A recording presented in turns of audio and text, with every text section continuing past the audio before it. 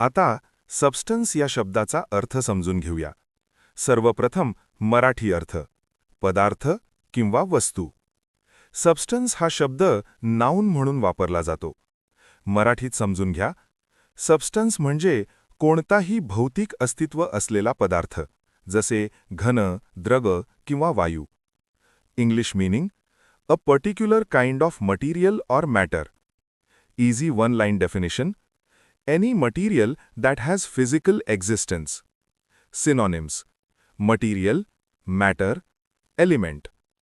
हे शब्द पदार्थ किंवा वस्तू दर्शवतात. Antonyms: nothingness, void. हे शब्द काहीही नसलेली अवस्था दर्शवतात. आता उदाहरणे पाहूया. Water is an essential substance for life. पाणी हा जीवनासाठी आवश्यक पदार्थ आहे. इथे सबस्टन्स म्हणजे पदार्थ.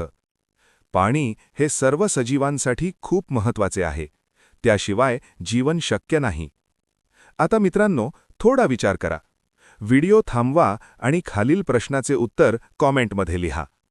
What is the meaning of substance? A. Nothing. B. Material or matter. C. Sound. D. Light.